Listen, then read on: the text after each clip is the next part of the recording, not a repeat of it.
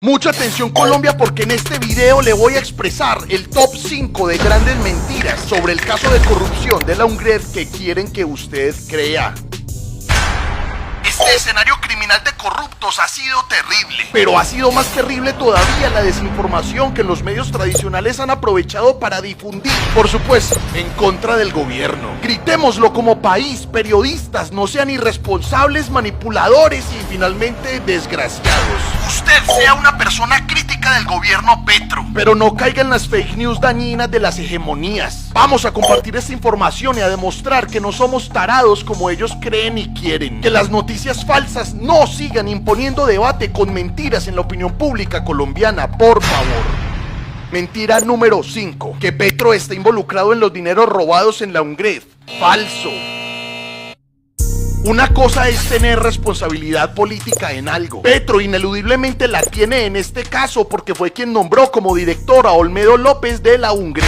Él mismo lo aceptó y está actuando de acuerdo a la asunción de esa responsabilidad con transparencia. Así se lo hemos exigido vehementemente como pueblo colombiano. Pero otra cosa muy diferente es tener complicidad, y en este caso de ninguna manera la tiene. No solamente los propios corruptos han hasta pedido perdón al país y al gobierno por la traición tan horrible que cometieron, sino que han dicho que el presidente no tenía ni idea del manejo de estos dineros. Lo mejor es que el ahora director Carlos Carrillo está destapando toda la corrupción que dejaron estos hombres, y ahora sí la están desarticulando como lo estábamos exigiendo. Porque ningún gobierno habría sido capaz de abrir la caja de Pandora. Ningún gobierno habría sido capaz de darle la cara al país. Usted no abrieron ninguna. Pero es por las denuncias. ¿Qué estoy haciendo aquí entonces, Néstor? No, usted está Yo le estoy trayendo a usted documentos. Usted está reconociendo que hay una corrupción asqueante en el y gobierno. la estoy enfrentando desde la dirección. Eso es cierto. Para el presidente habría sido muy fácil, simplemente, si el presidente quisiera tapar esto,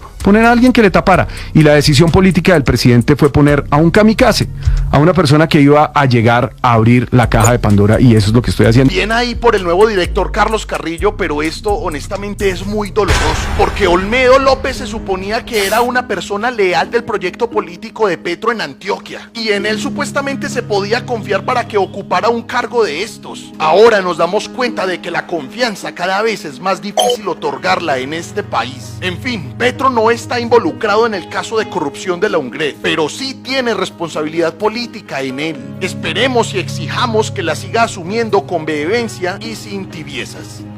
Mentira número 4. Que con esa plata se compró la aprobación de las reformas. Falso. Los dineros del que habla el corrupto es Neider Pinilla, y donde se afirma dirigieron 4.000 millones de pesos a los presidentes del Senado y la Cámara, es decir, Iván Name y Andrés Calle respectivamente, se da en medio de un contexto político por fuera del debate de las reformas. En este periodo no solo no pasaron reformas del gobierno en el Congreso, como la reforma a la salud, que archivaron hasta con trampas legislativas, mismas que además están imponiendo como obstáculos en el resto de las reformas, con más jugadas sucias para acabar con ellas, sino que los personajes directamente, como Iván Name, que supuestamente recibió 3.000 millones de pesos, es uno de los más grandes contradictores de las reformas en el Senado y mantiene atacando al gobierno en reiteradas ocasiones. Que es lo que sí me preocupa mucho y deberíamos como pueblo colombiano mirar sobre lo que pudo haber ocurrido con este dinero robado, del que habla el ex subdirectivo de la UNGRED.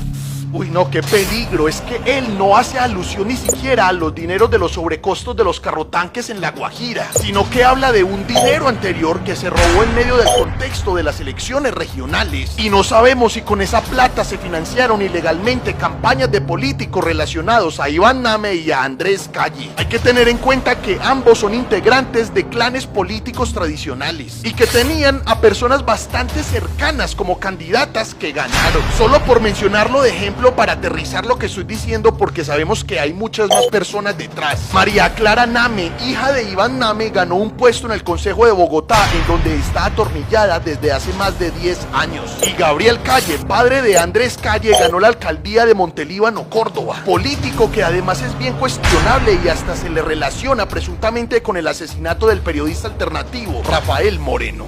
Mentira número 3. Que este caso es igualito a los casos de corrupción de anteriores gobiernos. Falso. Parce, me da esta rabia recordar cómo Karen Abudinen se despidió del ministerio de las TIC casi que con honores. No faltó sino que el gobierno de Duque patrocinara una escultura en su nombre. Nada más escuchemos la forma en cómo Abudinen se fue del gobierno, como si nosotros le quedáramos debiendo por la indignación que nos produjo ese terrible caso de corrupción de los 70.000 millones de pesos. Imposible que usted no note esta diferencia del tratamiento político de la corrupción en el gobierno de Iván Duque, por ejemplo, con el gobierno de Gustavo Petro. Hoy me retiro adolorida por las circunstancias que el país conoce, pero con la tranquilidad del deber cumplido. Procedí con honradez y transparencia, lo que hoy se satisfacen lanzando humillaciones en mi contra. Algún día, cuando se impongan la verdad en todo su esplendor, reconocerán su error. Nunca dudé en renunciar, pero sí quise permanecer en el cargo unas semanas para cumplirle al país con las metas de conectar estas 7.000 escuelas y continuar con las denuncias a la justicia, sobre todo de los responsables de este acto criminal. Consideré que mi misión como servidora pública era desenmascarar una serie de abusos y actos de corrupción que yo misma denuncié. Solo ese caso basta para ponerlo como ejemplo en la comparación con el actual gobierno y darnos cuenta de que el tratamiento político a la corrupción definitivamente sí cambió un montón. Eso sin mencionar, por ejemplo, a Andrés Felipe Arias, que a día de hoy todavía defienden por haber robado el dinero a los campesinos pobres para dárselos a los que ni siquiera eran campesinos y eran ricos. Tristemente en el gobierno ocurrió corrupción dentro de la UNGRED y eso es decepcionante. Pero los corruptos ahora no solamente salen por la puerta de atrás, sino que ahora es el propio gobierno el que se encarga de que tengan que responder ante la justicia sin peros. O sea, hoy salen expuestos, señalados y con la ayuda de Dios van directo a la cárcel. Mentira número 2. El gobierno encubrió a los políticos implicados en el entramado. Falso.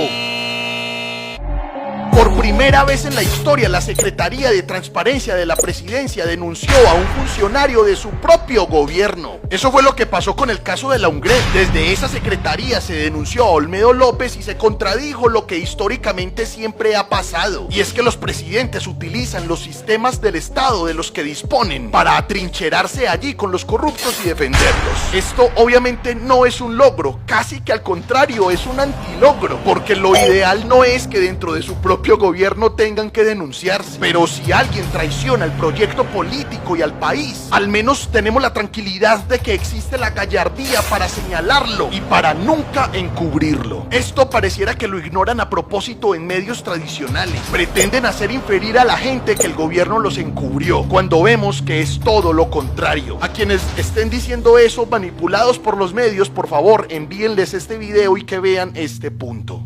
Mentira número 1. El gobierno Petro destruyó la unidad de gestión del riesgo. Es primera vez que tiene corrupción. Falso. Es demasiado triste, pero la UNGRED históricamente ha sido utilizada como un fortín político de corruptos en Colombia. El gobierno Petro en primera instancia, claro, falló en este aspecto, porque puso a alguien en su dirección que traicionó al país y robó. Siguió la misma línea de los gobiernos anteriores. Pero como lo cuenta el ahora director Carlos Carrillo, a esto ya se le pone un final, aunque no fue en el gobierno que se originó esa corrupción. Ojito nada más con lo que cuenta aquí de la UNGRED del gobierno Duque. El saqueo de la ONG-RD no empezó con Olmedo. No empezó con Olmedo. Se termina en este gobierno, pero no empezó en este gobierno. Y se termina porque yo hoy le hablo al país y le doy la cara para decirles que esos días en los que la clase política tenía la unidad, no solamente como botín burocrático, sino como fuente de saqueo, se acabaron. Pero esto empezó desde que la unidad nació. Uno de los mayores problemas que yo he encontrado es el rezago de los contratos que vienen del gobierno de Iván Duque. Mocoa, San Andrés, el volcán Galeras, bueno, en fin, durante los 4 años del gobierno anterior hubo demasiados contratos en donde los recursos se evaporaron. En el Galeras, donde debía haber unos refugios que además tengo que construir, porque me lo ordena una sentencia, llegué y lo único que había después de un adelanto de 5.000 millones de pesos era una yegua criolla de 1 millón, no había nada. Cuando eso ya debía haber estado entregado, Olmedo le dio una prórroga en tiempo. Sí. Pero lo de Mocoa es extremadamente grave. porque además Mocoa fue una bandera del gobierno de Iván Duque. La unidad es un instrumento muy poderoso que en manos de personas decentes y probas puede hacer mucho bien, pero en manos de bandidos pues termina saqueando. El presente tiene consecuencias que vienen del pasado. Sí. La Unidad Nacional para la Gestión del Riesgo ha sido un fortín de la corrupción desde que se creó. Hasta hace un mes. Hasta hace un mes cuando llegué yo a ponerle coto a esa sinvergüencería. Mucho cuidado porque aquí hay algo gravísimo. Recordemos que Mario Alberto Castaño sufrió casualmente una muerte natural, justo cuando se iba a disponer a hablar en la cárcel del papel de la UNGRED de Iván Duque, en el entramado de corrupción multimillonario de las marionetas, que entre otras tiene a personas como el senador del Centro Democrático Ciro Ramírez tras las rejas. El actual director Carlos Carrillo desarrolla este tema aquí. Y vamos a escuchar el corrupto Castaño que, como ya dije, pero hay que reiterarlo, murió en extrañas condiciones en la cárcel cuando iba a confesar. Visitó la oficina de la dirección de la UNGRED de Iván Duque al menos 40 veces, mientras tejía precisamente el entramado de corrupción de las marionetas. ¿Alguien dijo algo de esta corrupción en el gobierno de Iván Duque? Es ahí donde digo, se ve claramente una gran diferencia estructural en el tratamiento político que ambos gobiernos le dan a la corrupción. Ahora con el gobierno Petro, los corruptos salen por la puerta de atrás y, como dije ahorita, directo a la cárcel. El escándalo de las marionetas que tiene a Ciro Ramírez hoy en la cárcel, un hombre además con el que yo debatí, María Camila, incluso creo en Zona Franca algunas veces. Sí, señor. Ciro Ramírez hoy está en la cárcel siendo un senador de primera categoría del uribismo. El señor Mario Castaño murió súbitamente cuando iba a hablar. Bueno, el señor Pierre García está prófugo de la justicia y las entidades eran dos. Pero él tenía además unos problemas súbitamente murió justo cuando iba a hablar. A mí eso, déjeme decirle, además me asusta. Me va a tocar empezar a tomar tinto en lata. Castaño estuvo 40 veces en la que hoy es mi oficina. 40 veces. Yo llego ahí como con agua de ruda a ver qué sale de ahí.